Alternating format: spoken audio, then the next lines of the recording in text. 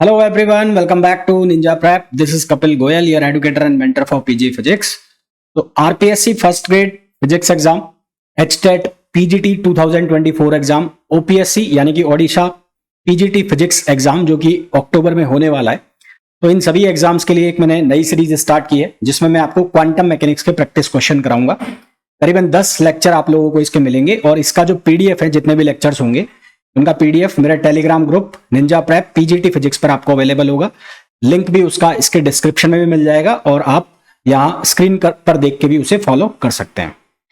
तो अगर जो भी बच्चे प्रिपरेशन कर रहे हैं RPSC first grade, HTET PGT physics 2024 exam के लिए और साथ ही साथ ओडिशा PGT फिजिक्स एग्जाम के लिए, तो उन लोगों के लिए लेक्चर्स बहुत यूजफुल रहने वाले हैं क्योंकि इनका जो सिलेबस है इनमें BSc और MSc के क्वेश्चंस भी पूछे जाते हैं।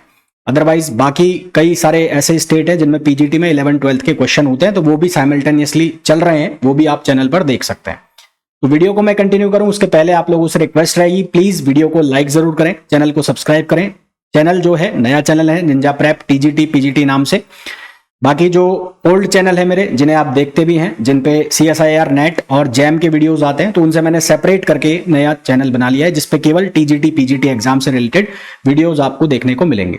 इनिशियली ये वीडियोस मेरा जो IIT जैम वाले चैनल है वहां पर भी आएंगे, पर सेम टाइम पे ये जो वीडियोस हैं जो TGT PGT वाला चैनल है उस पर भी अवेलेबल होंगे।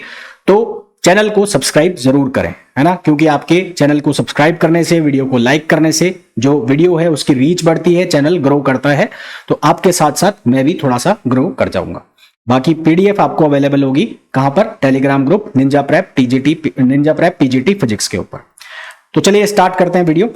तो वीडियो को मैं कंटिन्यू करूं उसके पहले मैं आपको बता दूं RPSC फर्स्ट ग्रेड के लिए, स्पेशली RPSC फर्स्ट ग्रेड के लिए बैच मैंने स्टार्ट कर दिया है। प्रारंभ बैच करके ये बैच है। इस बैच के अंदर आपको 11-12 का फिजिक्स और साथ ही साथ BSc MSc का फिजिक्स कंप्लीट कराया जाएगा। इस बैच का जो प्राइस है इनिशियली 12,000 रुपीज है, पर अभी 20 सितंबर तक इस पे 10% का डिस्काउंट है, तो 10,000 में आपको अवेलेबल हो जाएगा। PGT हरियाणा PGT के लिए चाहे बात करूं चाहे मैं OPSC के लिए, क्योंकि इनके एग्जाम अभी नजदीक है तो सिलेबस पूरा नहीं होगा, तो ये जितने भी वीडियोस आते रहेंगे या आते रहते हैं वो आप देखते रहिए, ये आपके लिए डेफिनेटली बेनिफिशियल होने वाले हैं। तो जो भी बच्चा ज्वाइन करना चाहता है तो उसके लिए आप डाउनलोड कर लें Ninja prep app by Kapil sir, Ninja prep app by Kapil sir, जिसे आप गूगल प्ले स्टोर से डाउनलोड कर सकते हैं, गूगल प्ले स्टोर से डाउनलोड कर सकते हैं। वहां पर जाके आप प्रारंभ बैच ज्वाइन कर लेना। प्रारंभ बैच ज्वाइन करने के बाद आपको जो प्रिपरेशन है वो स्टार्ट हो जाएगा। अभी जो सब्जेक्ट चल रहे हैं बैच के अंदर वो चल रहे हैं फ्लूइड मैकेनिक्स और साथ ही साथ न्यूक्लियर फिजिक्स, 2 सब्जेक्ट चल रहे हैं। तो चलिए स्टार्ट कर लेते हैं video. A particle is moving in a one-dimensional box, moving in a one-dimensional box. Find out its expectation value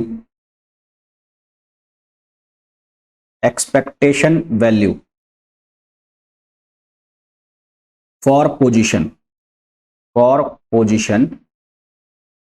if wave function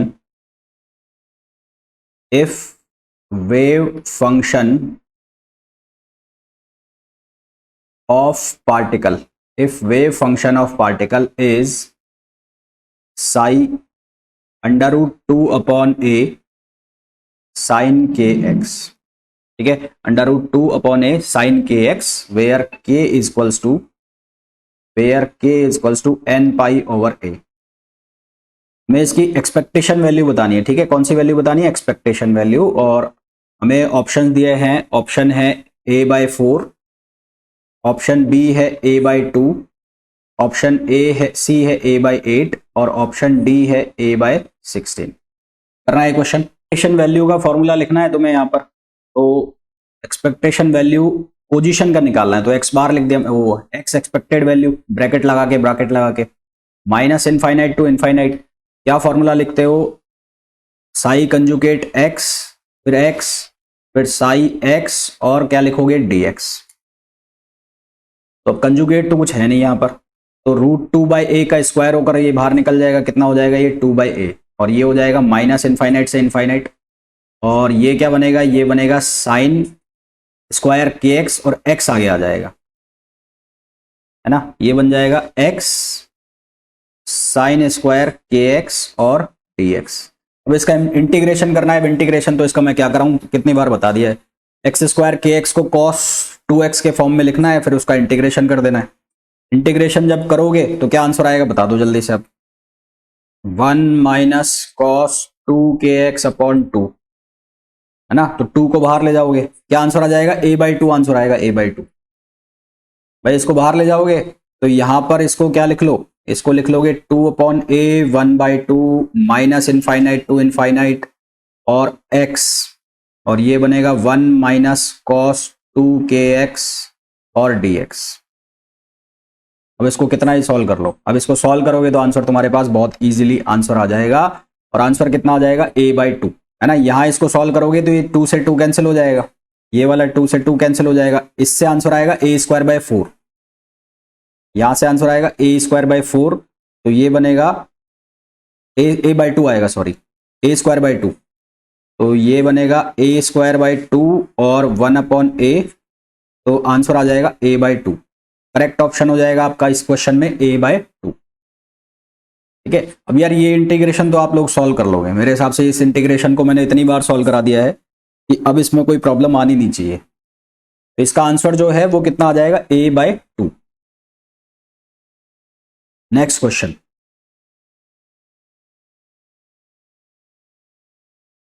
question is which of the following is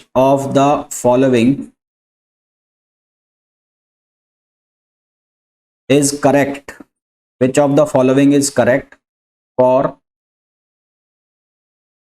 particle in one dimensional box, for particle in one dimensional box, particle in one dimensional box। Option A है यहां पर eigen functions,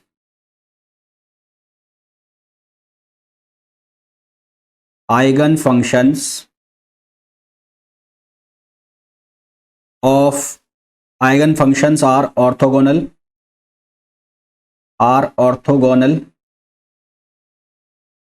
option B है eigen function are normalise,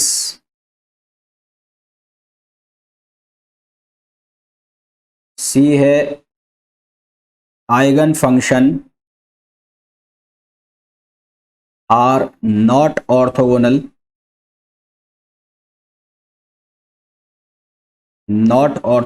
और option D है none of the above,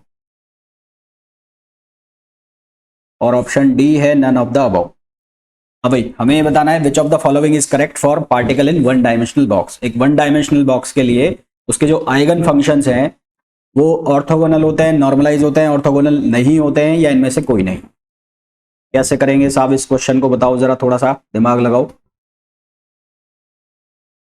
eigen functions, दो eigen functions ले लो, कोई भी दो आइगन फंक्शंस ले लो, अगर उनका इंटीग्रेशन 0 आ जाता है तो वो ऑर्थोगोनल है, और अगर उनका इंटीग्रेशन 1 आ जाता है तो वो नॉर्मलाइज है, नॉर्मलाइजेशन है ना। तो मैंने यहां पर दो आइगन फंक्शन ले लिए, एक ले लिया मैंने साई एन, तो साई एन की वैल्यू ले ली मैंने √2/a, क्या होता है साइन के एक्स की वैल्यू होती है n π/a, तो यहां ले लिया मैंने n π/ax, और एक आइगन फंक्शन ले लिया मैंने, एक ले लिया साई एम, और साई एम की value √2/a sine m π/a, और यहां पर क्या आ जाएगा x। अब हमें ये चेक करना है कि ये ऑर्थोगोनल है नॉर्मलाइज। ऑर्थोगोनल हो गए तो इनका इंटीग्रेशन 0, और नॉर्मलाइज होंगे तो वो 1 होगा, तो इनका इंटीग्रेशन करो माइनस इनफाइनाइट से और इनफाइनाइट तक, इनका इंटीग्रेशन करो आप माइनस इनफाइनाइट से और प्लस इनफाइनाइट तक। इंटीग्रेशन करोगे तो इंटीग्रेशन में क्या लिखोगे, इंटीग्रेशन में साई एन कंजुगेट x, और एक लिख दिया आपने साई एम एक्स, और वो कितना आ गया dx आ गया। कोई भी कंजुगेट ले सकते हो, जरूरी नहीं वही हो, हालांकि इसमें कंजुगेट वाला टर्म कुछ है ही नहीं, तो √2a मल्टीप्लाई होकर बाहर आ गया, वो हो गया 2/a। ये बना माइनस इनफाइनाइट सो इनफाइनाइट, और ये बन गया sine n pi over a x, और ये बन जाएगा sine m pi over a और x। अब यहाँ पर 2 साइन a साइन b का फॉर्मूला लगा दो। साइन a साइन b का फॉर्मूला बनेगा cos a माइनस b और cos a प्लस b, है ना। ट्रिग्नोमेट्री आइडेंटिटी यूज करो, trigonometry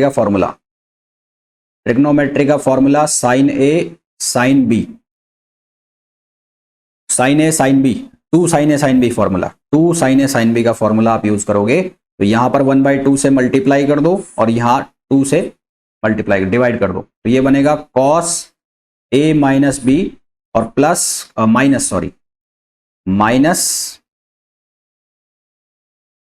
minus cos a plus b, ये फॉर्मूला बन गया। अब इसको करो आप सिंप्लीफाई, इसको सिंप्लीफाई करोगे तो ये 2 से 2 कैंसिल, तो यहां तो हो गया 1/a, minus infinite to infinite, ये बनेगा cos n minus m over pi x upon a, और minus cos n plus m over a और पाई x, ये फॉर्मूला बन गया, और dx, और क्या बना dx। इसको जब आप सॉल्व करोगे ये n प्लस m पाई में, इसको जब आप सॉल्व करोगे तो इसका आंसर जो आएगा 1/a इंटू 0। इस इंटीग्रेशन को जब सॉल्व करोगे तो इस इंटीग्रेशन का आंसर आ जाएगा 0।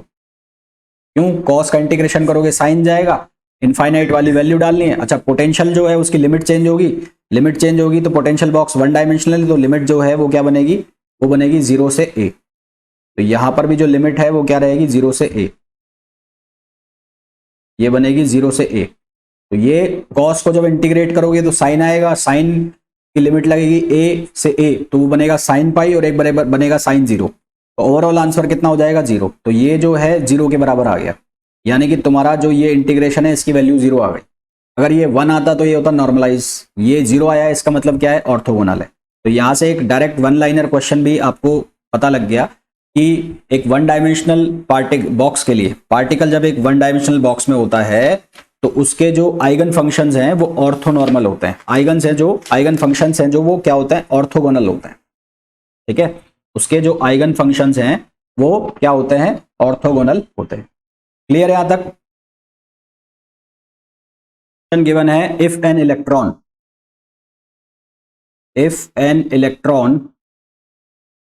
इलेक्ट्रॉन का मास गिवन है हमें 9.1 into 10 power -31 kg is confined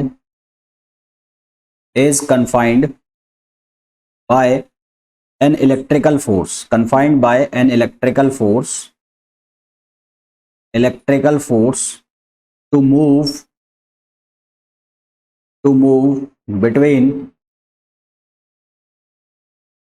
two rigid walls separate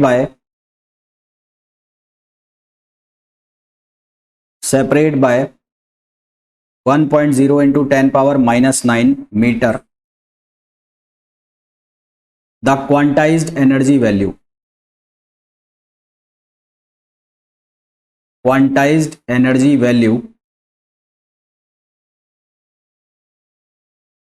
for the second lowest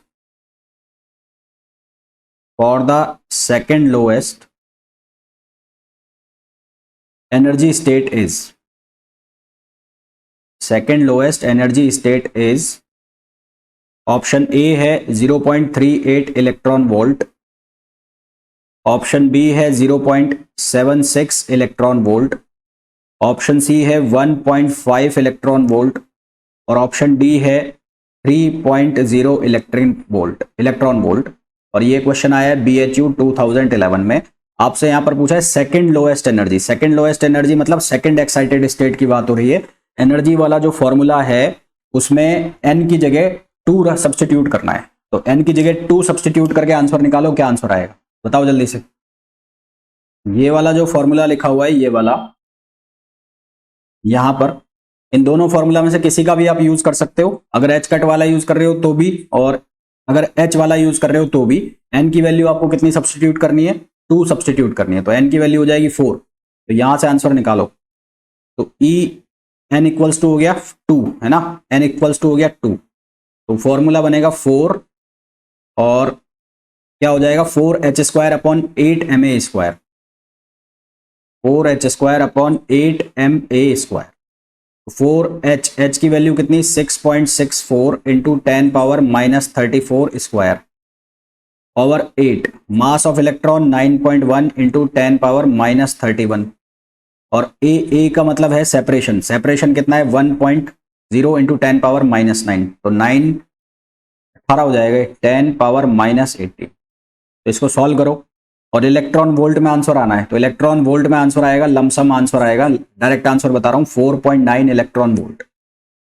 पहला आंसर जूल में आएगा, उस जूल को 1.49 इलेक्ट्रॉन वोल्ट के आसपास आंसर आएगा, यानी कि ऑप्शन हो जाएगा सी इसका करेक्ट। ठीक है, ऑप्शन सी इसका क्या हो जाएगा, करेक्ट आंसर हो जाएगा।